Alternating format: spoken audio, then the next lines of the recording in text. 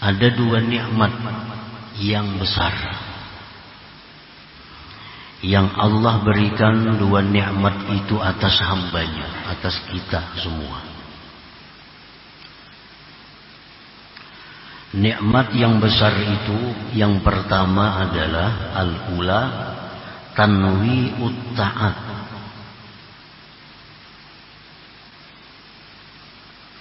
Nikmat yang pertama yang besar yang Allah berikan kepada kita adalah tanwi'ut ta'at, menjadikan taat itu beraneka ragam, menjadikan taat itu bermacam-macam, menjadikan taat itu berbeda-beda satu dengan yang lainnya.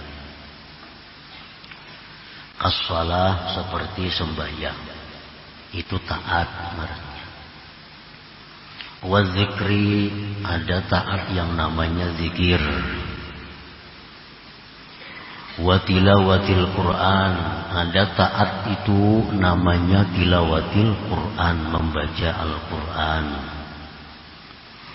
Wassalati ala Nabi sallallahu alaihi wasallam, dan ada pula taat itu rupanya bentuknya salawat atas Nabi sallallahu alaihi wasallam.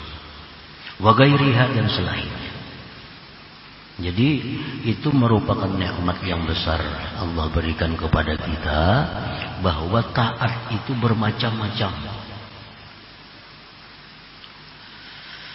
Liyastakhiffaha wa yastahliha, supaya kita ini menjadi ringan, supaya kita ini menjadi manis melakukan taat itu. Ditanakulin, dengan berpindah min ta'atin ila ta'atin, dari satu taat kepada taat yang lain.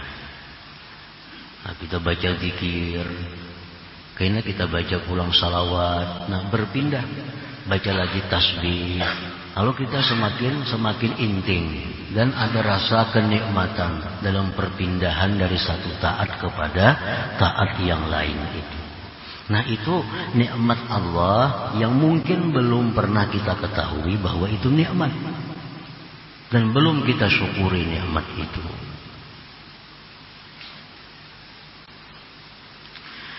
Fa in kanat min naw'in wahid sa'imatha an-nafs wa tarakatha istisqala. Maka jika adalah taat itu satu macam, andai kata taat itu semacam aja, niscaya bosan akan dia oleh nafsu kita dan meninggalkannya karena merasa berat. Makanya amalan itu semacam aja ada, berupa la ilaha illallah aja, kada ada lain, kada ada amalan. Kada ada salawat, kada ada tasbih, kada ada istighfar, kada ada salat, kada ada apa. Amalan cuma Allah mengulahkan sebuting aja. Allah mengulahkan satu aja, zikir misalnya. Nah, akhirnya jadi bosan. Bisukan pagi itu juga dibaca, sore itu juga dibaca, malam yang itu juga dibaca. Akhirnya kita bosan. Bila mana bosan, otomatis kita meninggalkannya.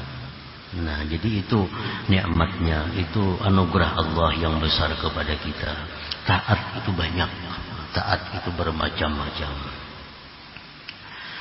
Lianna sya'nan nafs an la taduma ala halin wahid. Karena keadaan nafsu itu dia tidak kekal atas satu keadaan. Nafsunya paling kada ketujuh, semacam aja kada ketujuh. Apakah kada ketujuh nafsu itu kalau semacam aja. Misal kita berisi pakaian putih-putih aja kada mau nafsu. Mesti ada hendak hijau, ada hendak hitam. Pokoknya nafsu kita kada mau satu keadaan. Ala taral insana idza dawama ala ta'amin wahid tas'amuhu nafsu. Adakah tidak engkau lihat manusia itu bila mana dia mengekali atas satu macam makanan, maka bosan akan dia nafsunya. Hari-hari itu aja makanannya, tentu kita bosan. Dan ini terjadi zaman Bani Israel. Padahal makanan ini makanan surga. Al-man was-salwa yang diberikan Allah kepada Bani Israel. Ini makanan yang istimewa. Al-man was-salwa. Tiap hari dikirim dari langit. Makanan yang tidak ada dalam dunia.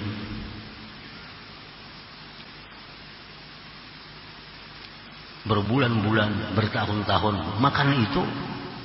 Bani Israel bosan, hendak minta makanan sayur, makanan hina, makanan rendah, sayur minta, bayam, kangkung diminta.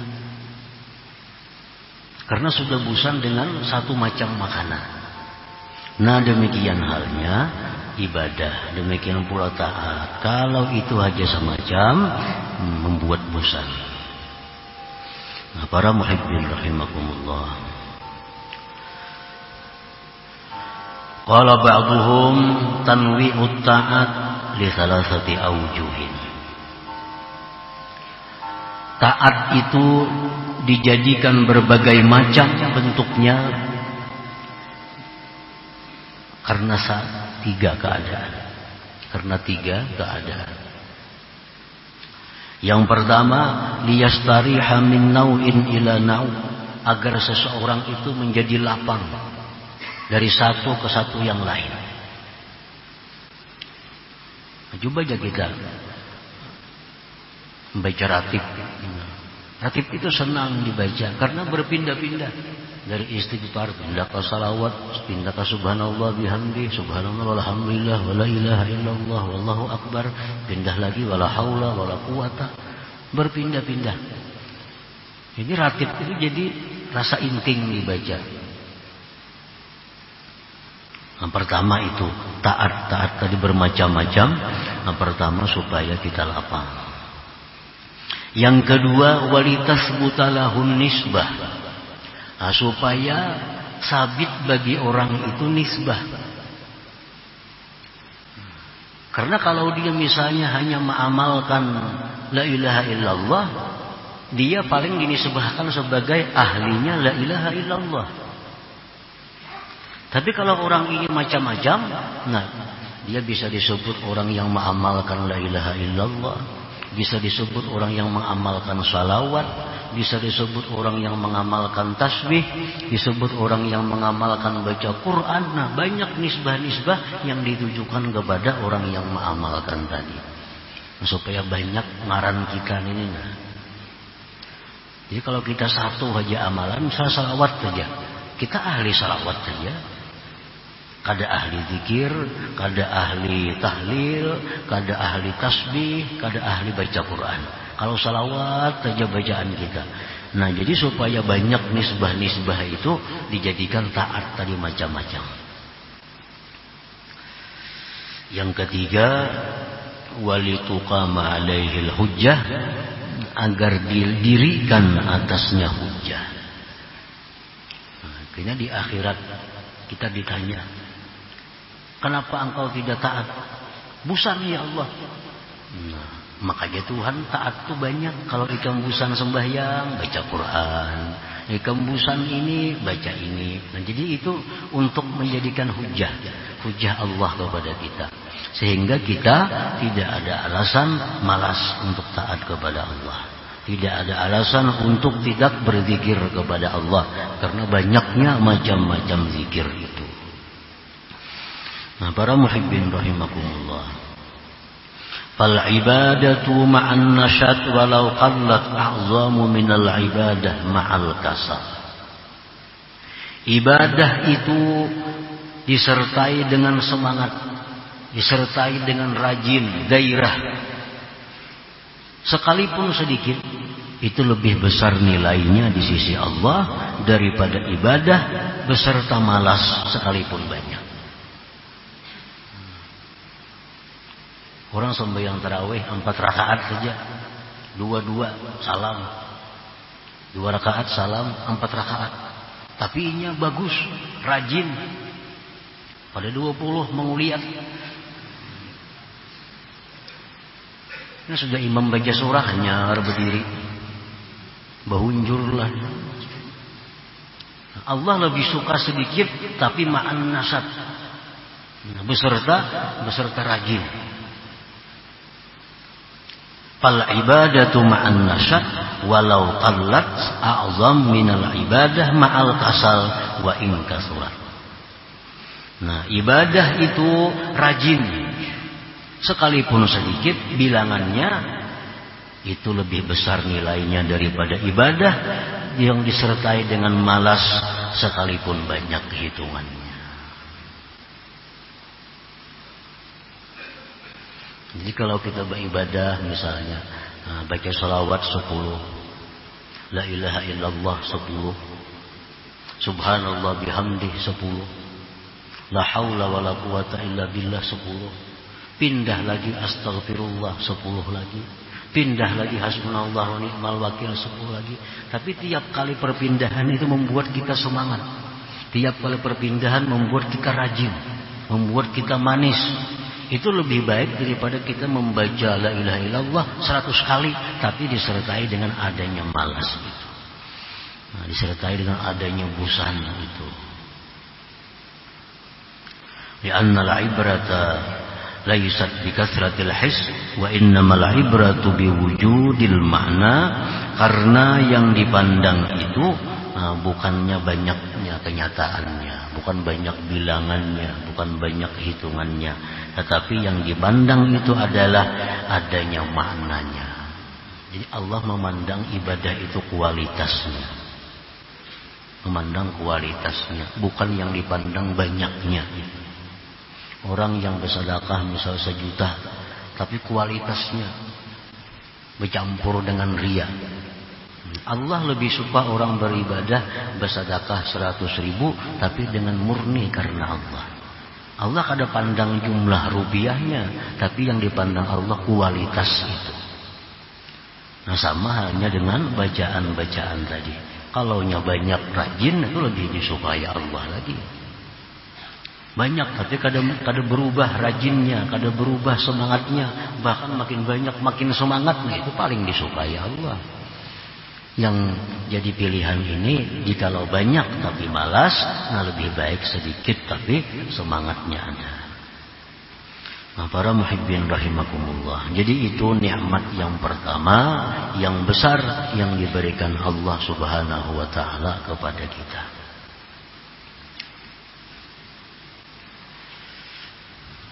Wasaniyatu, yang kedua, nikmat yang besar itu hajruha fi ba'dil awqat.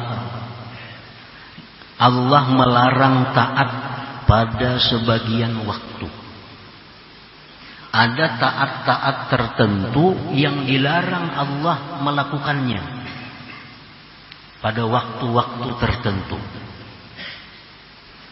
Fa innal fara'idha yamtani'u fi'luha fi ghairi awqatihal mahdudah. Bahwa sembahyang-sembahyang fardu itu tertegah melakukannya, dilarang melakukannya pada bukan waktu yang ditentukan. Sembahyang fardu subuh cuma ada berapa waktunya? Misalnya dari mulai jam 5 kurang 15 menit sampai jam 6. Itu aja waktu yang boleh kita melakukan subuh. Berdahulu kada boleh. Walaupun kita kehandakan, kerajinan, kada kawa. Kada kawa.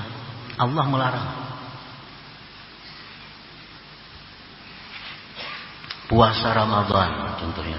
Cuma 1 bulan. 1 bulan. Di luar pada bulan itu Allah melarang kita puasa Ramadan kecuali membayar qadaan. Wan nawafilu yamtani'u fi'luha bi waqtil karahah. Yang sunat-sunat daripada sembahyang terlarang memperbuatnya, tertegah memperbuatnya pada waktu karahah. Nah, pada waktu istiwa Allah melarang kita sembahyang. Pada waktu tenggelam matahari Allah melarang kita sembahyang. pada waktu antara asar sampai maghrib, Allah melarang kita sembahyang sunat. Kecuali sunat-sunat tertentu yang dibolehkan.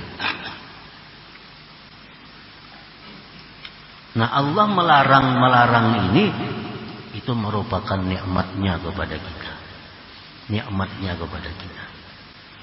Tujuannya apa? Li'alla yahsula minka syarahun, agar tidak ada daripada engkau itu kenapsuan. Kenapsuan.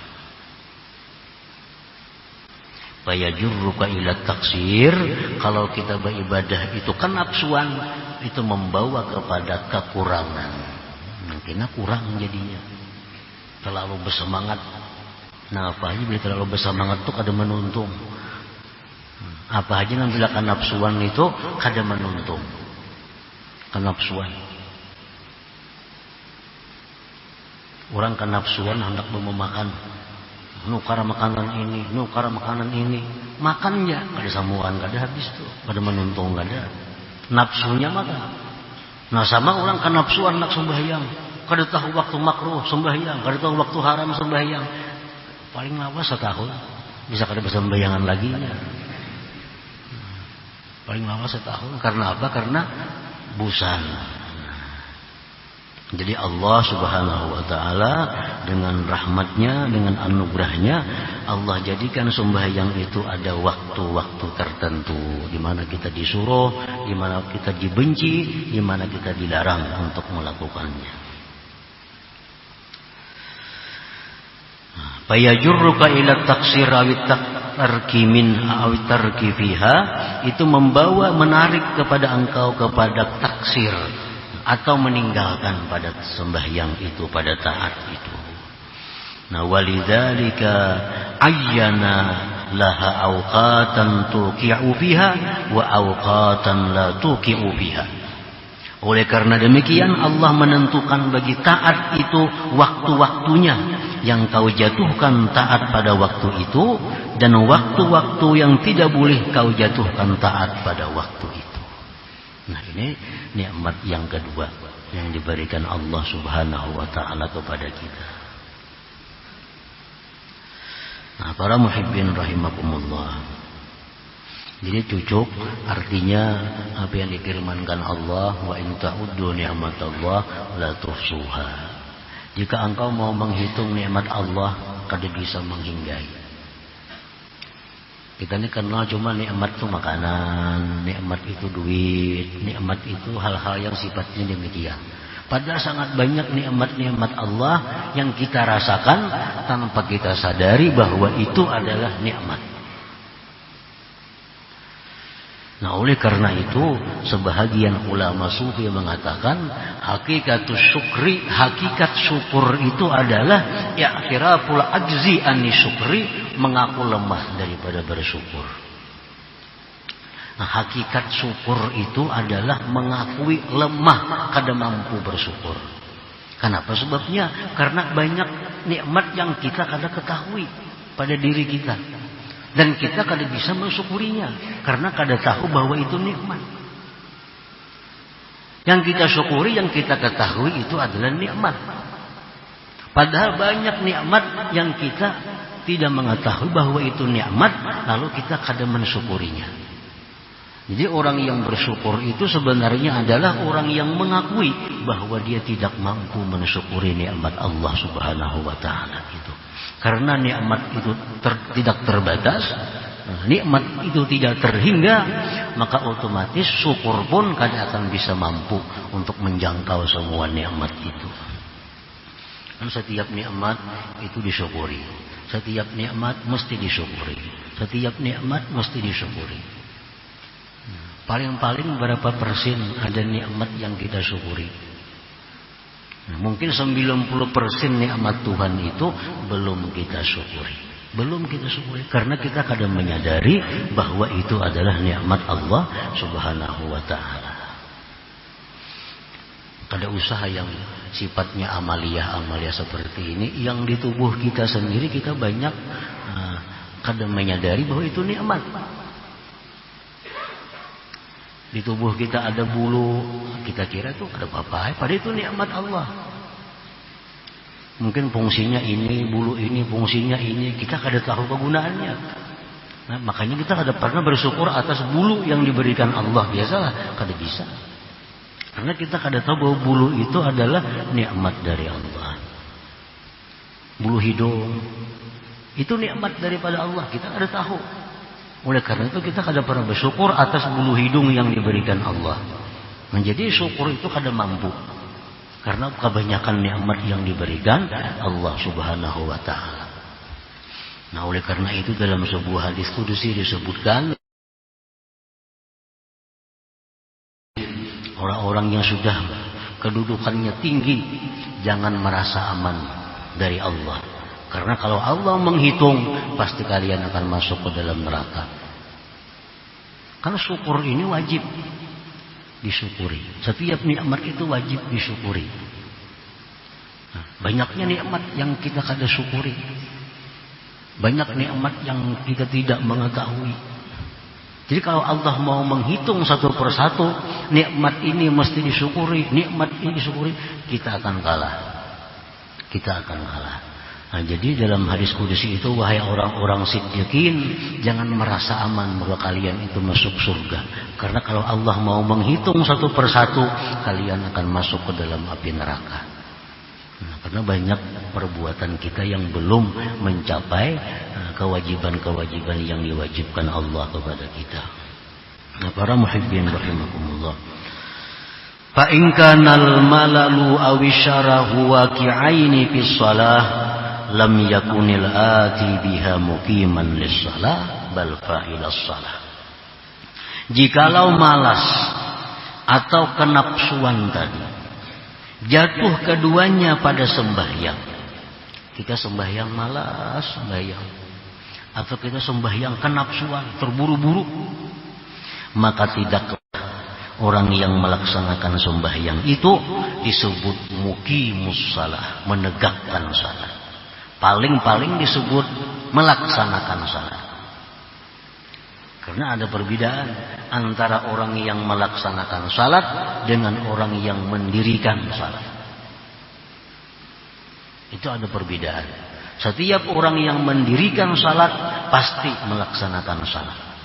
Setiap orang yang melaksanakan salat belum tentu bisa menegakkan mendirikan salat itu. Nah, tadi fama kullu musallin mukim, maka tidaklah tiap-tiap orang yang sembahyang itu disebut mendirikan salat. Nah, para muhibbin rahimakumullah, kalau kita sembahyang disertai malas, itu pasti kada akan bisa menegakkan salat.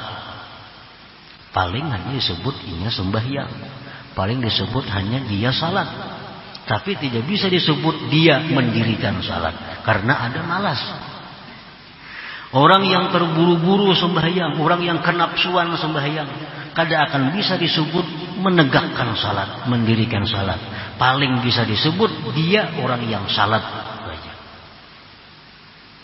Itu dia. Kayak kita bulan puasa, imam tarawih. Di belakang ini mau orak pinggang, bahunjur, macam-macam.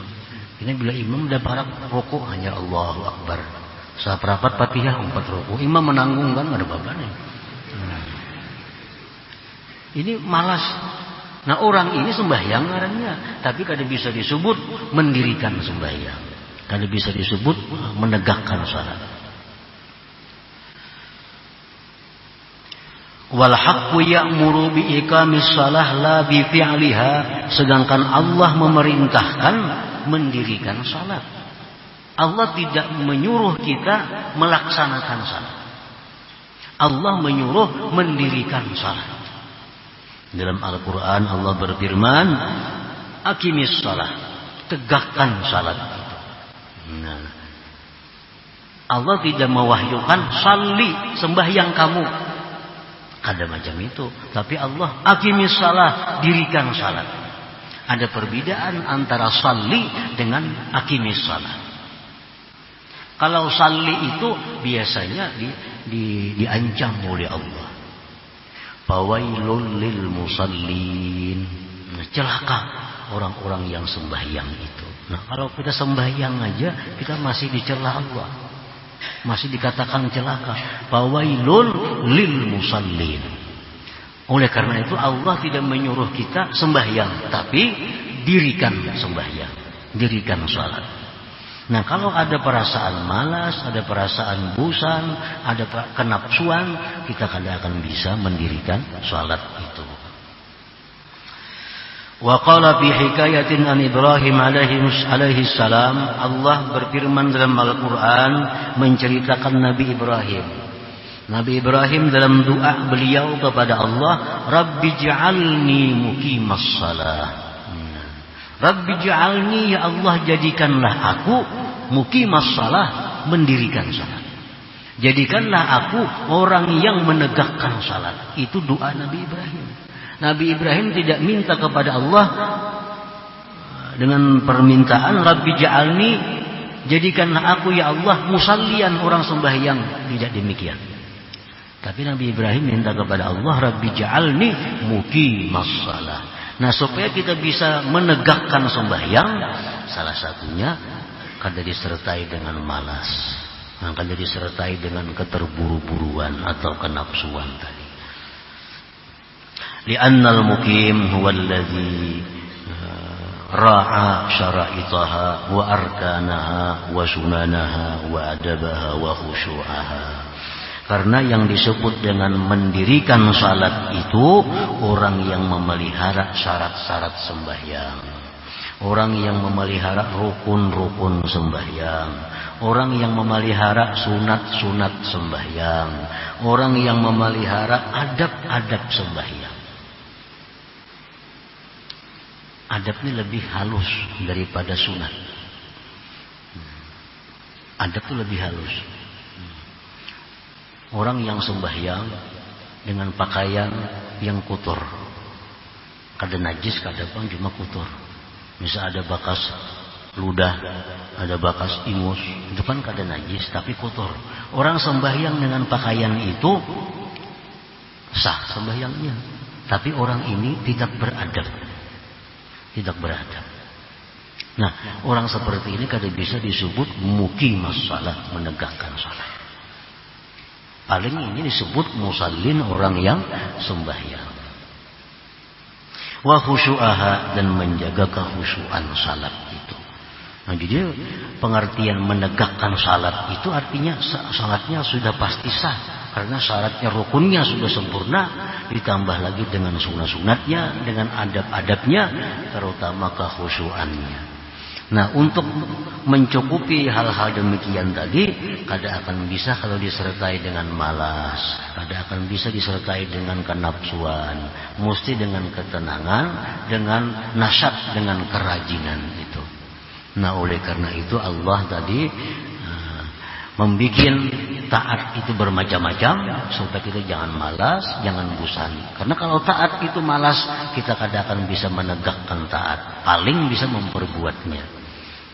Nah, demikian pula Allah menjadikan taat ini dilarang pada waktu ini, dimakruhkan pada waktu ini. Semua itu adalah agar kita semangat, agar kita rajin dalam melakukan taat itu, sehingga terjadilah apa yang disebut dengan iqam, melaksanakan dengan penuh kesempurnaannya. Nah, selanjutnya hikmah yang ke 116. Ila hadratin Nabi sallallahu alaihi wasallam al-Fatihah.